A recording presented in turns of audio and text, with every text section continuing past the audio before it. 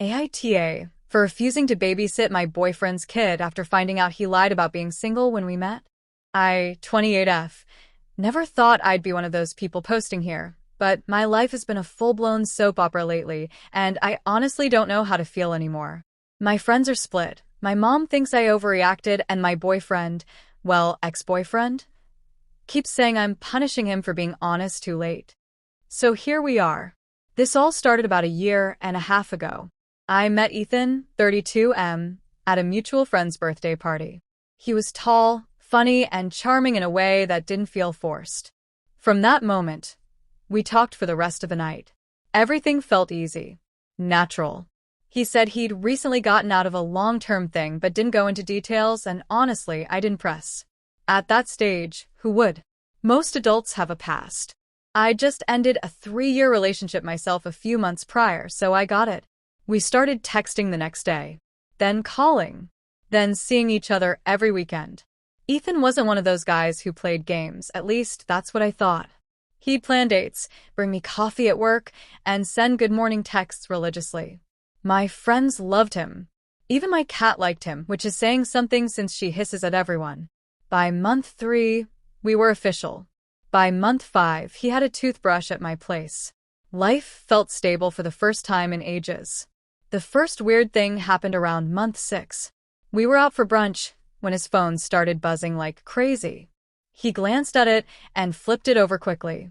I teased him about it, joking, "What, your secret wife texting?" And he just smiled, kissed my forehead, and said, "Nah, just my sister being dramatic again."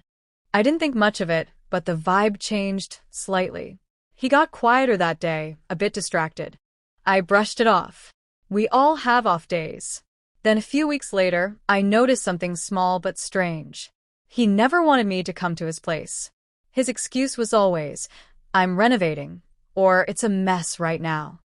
He lived about 40 minutes away in a different part of the city, and since he often stayed over at mine, it didn't seem like a huge deal. But still it was odd. My best friend Lila didn't like that. She's one of those brutally honest types who always sees through people's BS. She kept saying, "Babe, if a guy is that perfect, there's something he's not telling you." I laughed her off, calling her cynical. Oh, how wrong I was. About 8 months in, Ethan asked me to come to a barbecue his friend was hosting. It was supposed to be casual, family style, lots of kids running around.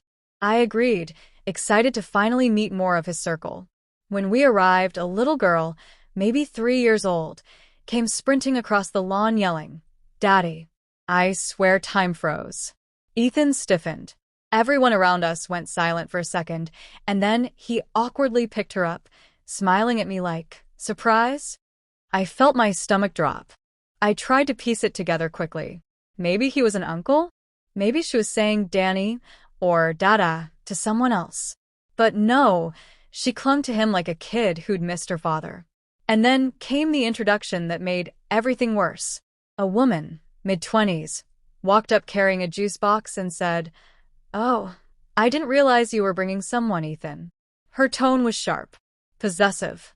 He mumbled, "Yeah, this is my girlfriend."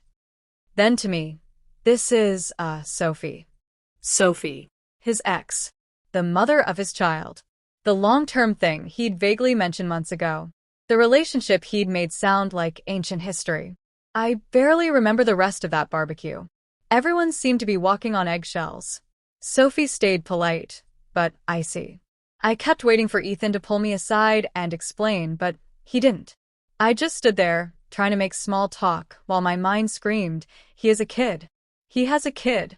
He has a kid." When we got to the car, I finally said, "You have a daughter?" And he sighed like I was the one being unreasonable. "Yeah, I was going to tell you," he said. "It's just complicated. Complicated." That's all he said. Like having an entire secret child was the equivalent of forgetting to take out the trash. I asked, "When exactly were you going to tell me? Before or after she learned to drive?" He rubbed his face, muttering something about how he didn't want to scare me off. Apparently, Sophie and he had broken up about 6 months before we met. Lies, as I'd later find out. They shared custody, but He only had his daughter, Lily, a few weekends a month, which is why I hadn't seen her or noticed anything. I was furious. Not because he had a kid, I actually love kids, but because he lied. He looked me in the eyes for months, built this picture of our future, and conveniently edited out the biggest part of his life. The next day, I demanded full honesty. No half-truths. No spin. He admitted that when we met, he and Sophie were technically on a break. They'd been together for 5 years, had Lily young, and things got messy. He swore they were over, that they were only co-parenting now. I didn't lie, he insisted. I just didn't tell you everything. That line still makes me see red. I told him I needed space to think. He seemed genuinely remorseful, and part of me wanted to believe him. But once the trust is cracked, it's never quite the same. Over the next few weeks, Ethan went into damage control mode. He'd text long apologies, send flowers to my office, even show up unannounced just to talk. I told him I wasn't sure I could keep seeing someone who could hide something so major. But he kept saying, I didn't want to lose you before you knew me. Eventually, like an idiot, I softened. I thought about Lily. She was adorable, and about how much I'd liked Ethan before everything fell apart. People make mistakes, right? So, we started over. Sort of. He invited me to meet Lily properly this time, just the 3 of us. She was shy at first, but quickly warmed up. She showed me her little stuffed unicorn and told me I smelled like cookies. My heart melted. I could see why he loved her so much. That night, I convinced myself we could make it work. For a while, things got better. I met Sophie properly a few times during drop-offs, and while she was civil, I could tell she didn't like me. Can't blame her, honestly. If I were her, I'd probably feel weird too. Still, I noticed small inconsistencies. Once, I saw a text from her that said, "Are we still on for Saturday night?" Ethan claimed it was about switching custody weekends, but something about the tone bothered me. When I asked, he brushed it off. Don't overthink it, he said. Another time, he left his laptop open, and I noticed an old photo album titled Us, 2022. It was full of pictures of him and Sophie together, vacations, Christmas mornings, cozy couch photos. The dates went up to 2 months before we met. So yeah, I started to question everything. Then one night, I got a message request on Instagram from someone I didn't know. It was Sophie's cousin, apparently. She said, "Just so you know, Ethan and Sophie were still sleeping together when he started seeing you." My heart dropped. I didn't even respond. I went straight to Ethan and confronted him. He swore it wasn't true, said Sophie's family hated him, and they were trying to stir up drama. But by then, my gut already knew. His pattern of deflection, the half-truths, the way he'd always twist things, it all fit. That night, I told him I needed time apart. He begged, saying, "Please don't do this. Lily's just getting used to you." That sentence broke me. Because even though I was angry, I cared about that little girl. I didn't want to hurt her. But I also couldn't stay in a relationship built on lies. So I left. For about 2 months, we didn't talk. Then, out of nowhere, he texted me saying Lily kept asking for me, and could I maybe come over sometime to visit? He said she missed baking cookies with me. My heart twisted again. I didn't want to punish a kid for her dad's mistakes. So, like a fool, I went. It was nice, actually. Lily was so happy to see me. She made me a drawing that said, "Me and Daddy and my name equals family." Ethan looked at me with this bittersweet smile, and I hated how much part of me still wanted that picture to be real. After that, we started hanging out again occasionally. Not officially dating, but not exactly apart either. He said he was working on himself, going to therapy, trying to be honest. I wanted to believe him.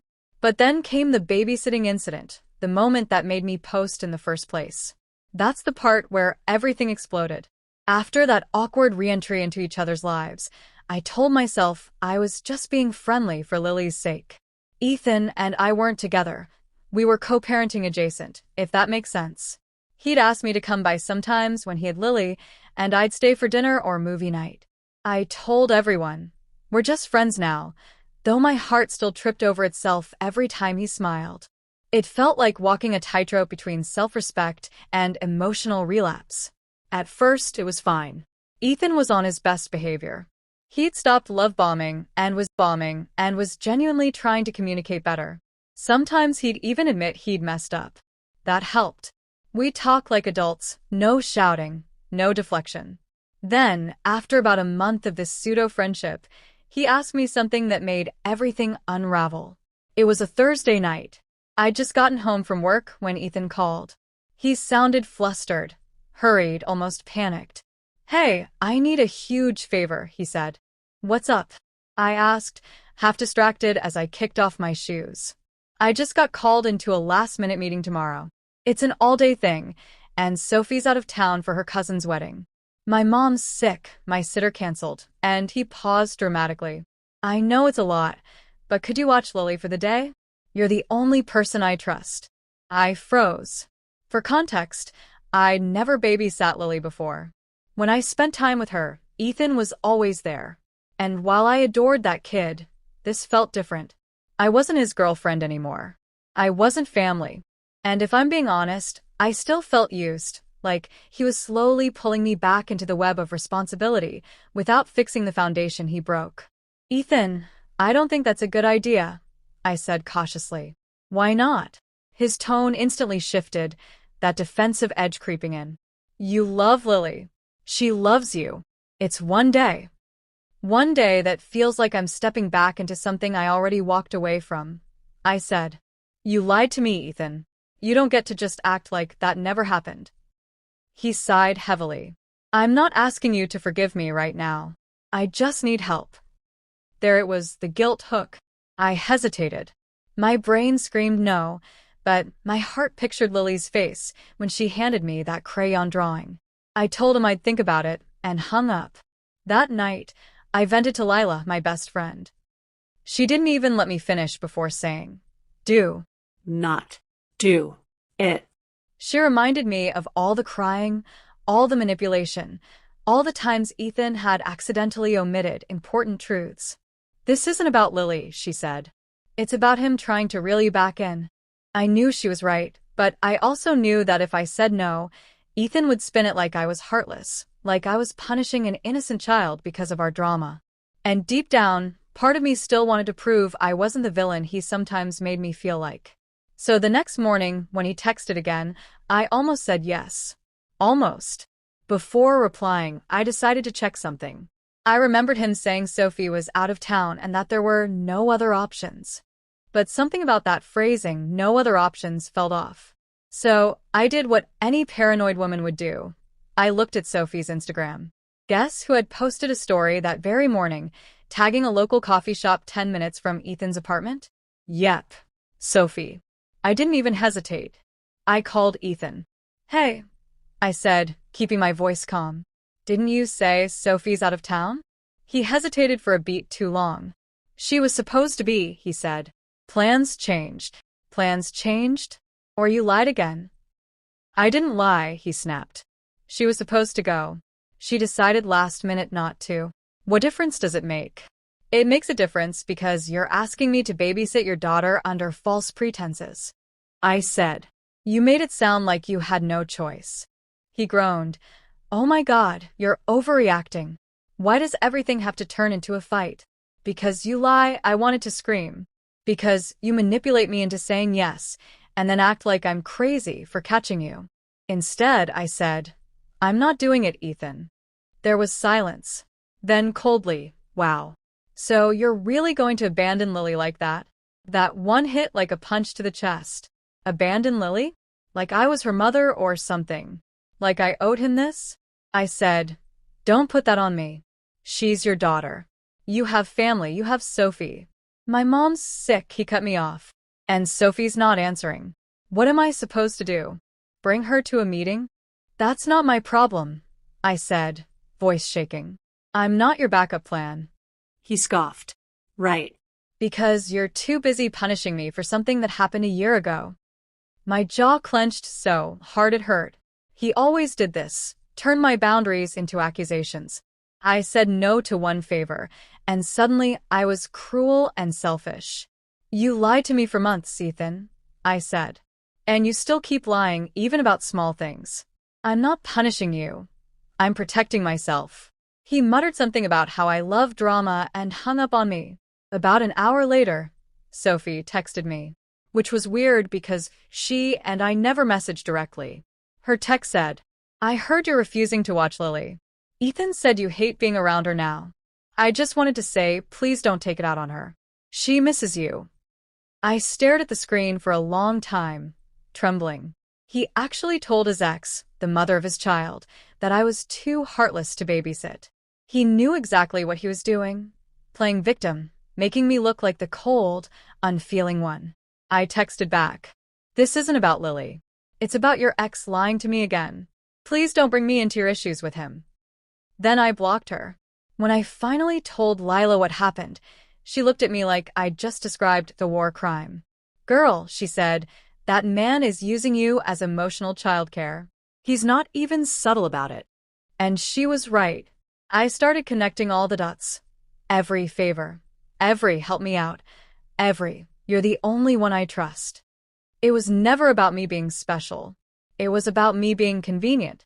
Over the next few days, Ethan sent apology texts. At first, they were guilt-laden. "I'm sorry. I was desperate. You know how hard it is being a single dad. You, of all people, should understand." Then they got angrier. "You don't know how to forgive. You're punishing Lily because of your pride. You think you're better than everyone." I didn't respond to any of them. Finally, he left a voicemail. His voice was low and trembling. "I can't believe you do this to her. She keeps asking where you are. I told her you were busy, but she said you promised to bake cookies again. You broke her heart. That one broke mine, but also woke me up. Because I realized something crucial. He was using Lily's love as leverage. Every time I set a boundary, he hid behind his daughter. You're hurting Lily. Lily misses you. Lily doesn't understand." It was like emotional extortion disguised as fatherhood. That's when I decided enough was enough. That weekend, I wrote out everything that had happened. Every lie, every manipulation, every guilt trip. I posted it under a throwaway. The title was blunt. AITA for refusing to babysit my boyfriend's kid after finding out he lied about being single when we met. I hit post and went to bed feeling equal parts terrified and relieved. By the time I woke up, it had blown up. Thousands of comments. Hundreds of awards. People calling Ethan everything from a walking red flag to a master manipulator in dad's clothing. Some people gently reminded me that Lily was innocent, which I agreed with. But the overwhelming consensus was, "NTA, not the a-hole." The top comment said, "He's using his kid as a pawn to maintain control over you. You're not his babysitter. You're his backup emotional partner. Cut contact before you become his unpaid therapist and full-time caretaker." Another said, "He didn't tell you about Lily to protect you.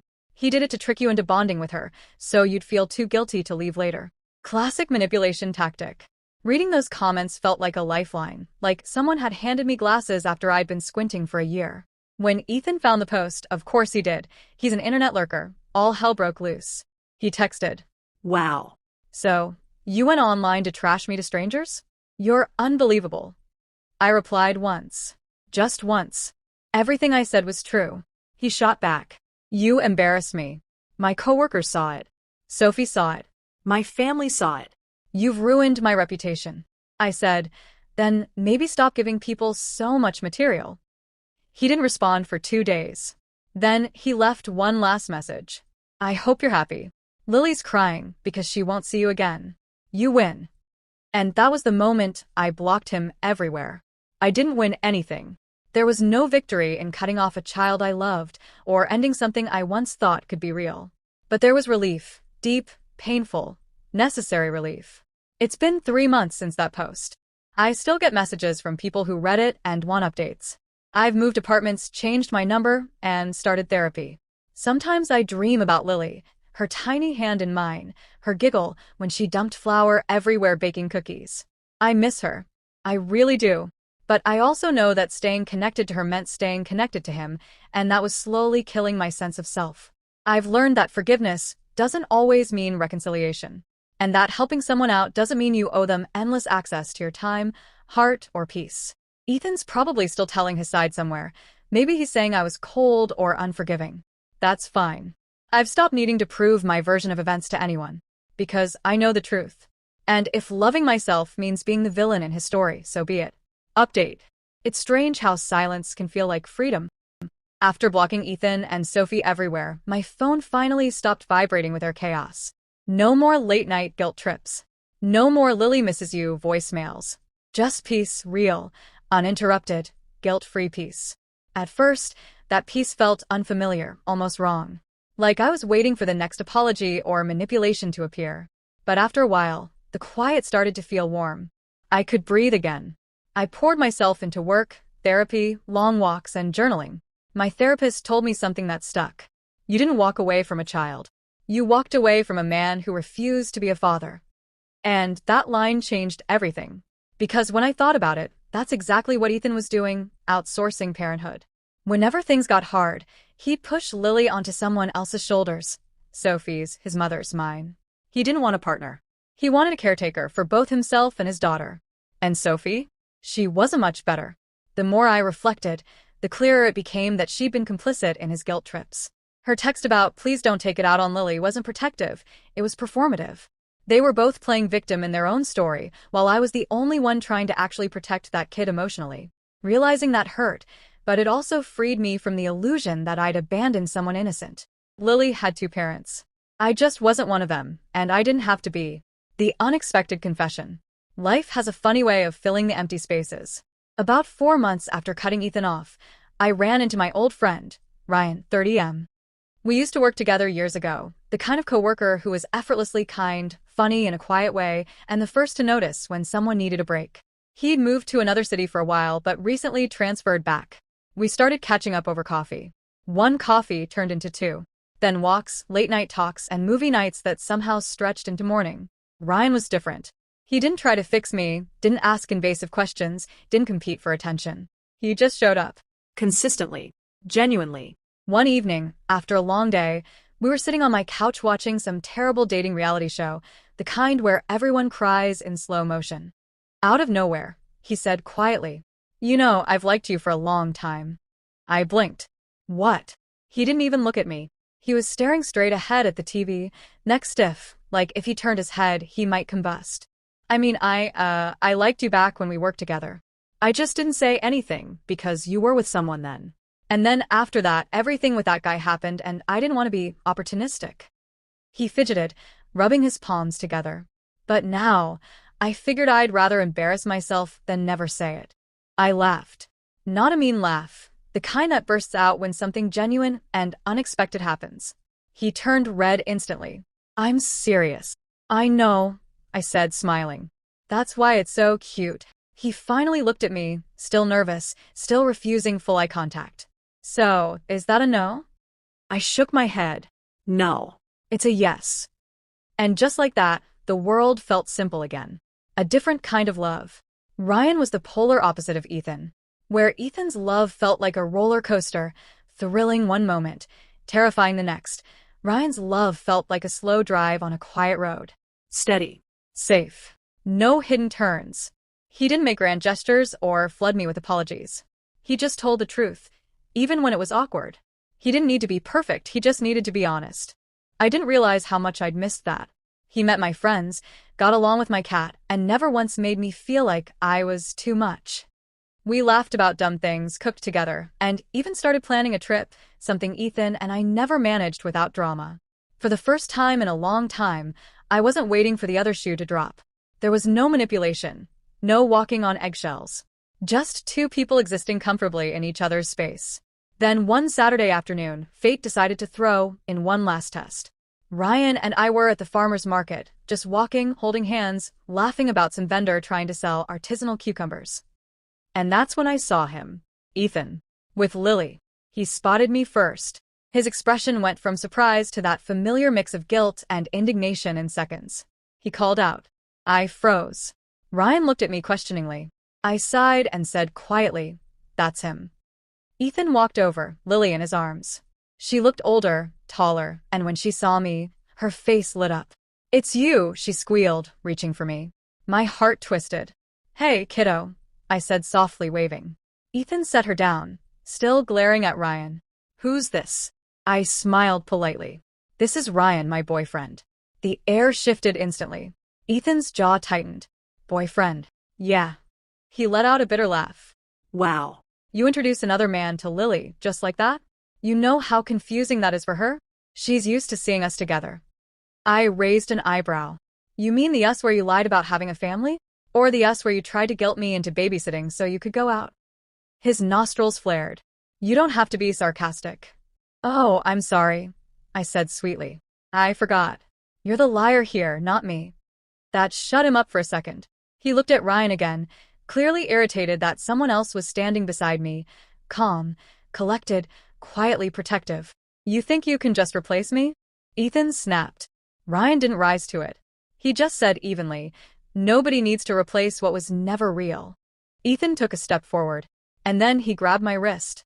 It wasn't violent, but it was possessive, that instinctive, territorial grip I'd felt too many times before. Ryan moved faster than I've ever seen him move.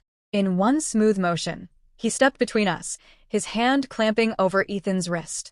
His voice was low but deadly calm. Let go of her. Now.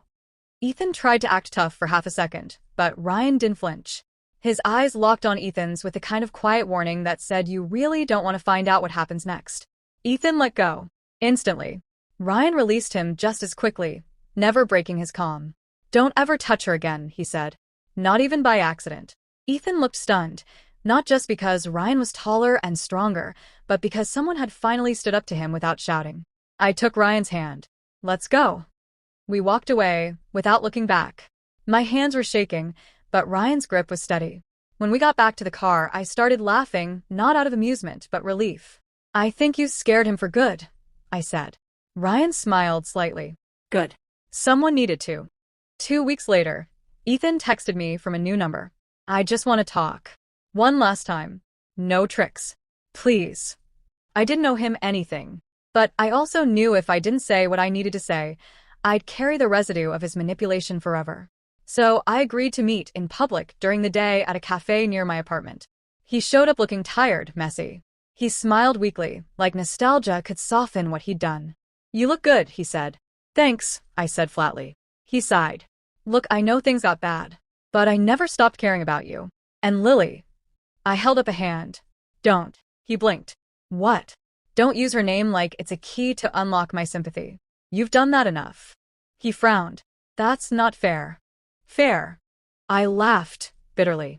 You think fairness is lying to someone for months? Making them bond with your kid so you can guilt them into parenting duties you don't want?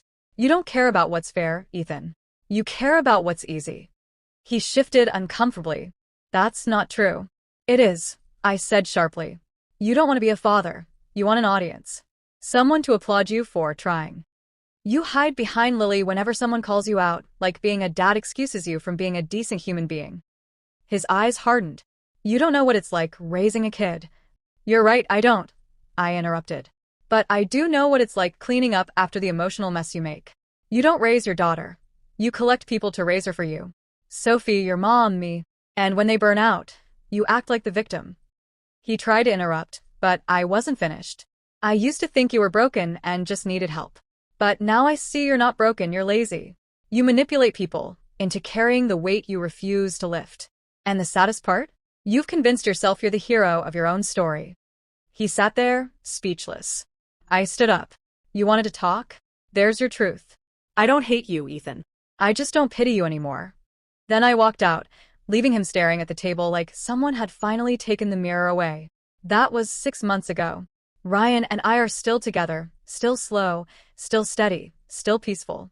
He never tries to be a savior, and I never try to be one either. We're just two people, healing side by side. Sometimes I think about Lily and hope she's okay. Maybe one day she'll grow up and see through the stories her parents tell. Maybe she'll find her own peace. But as for me, I'm done carrying anyone else's responsibility. The girl who once said yes to every guilt-ridden favor finally learned that no is a complete sentence. And if I ever doubt that, I remember the look on Ethan's face that day at the cafe when he realized, for the first time, that he couldn't control me anymore. That's when I knew I was finally free.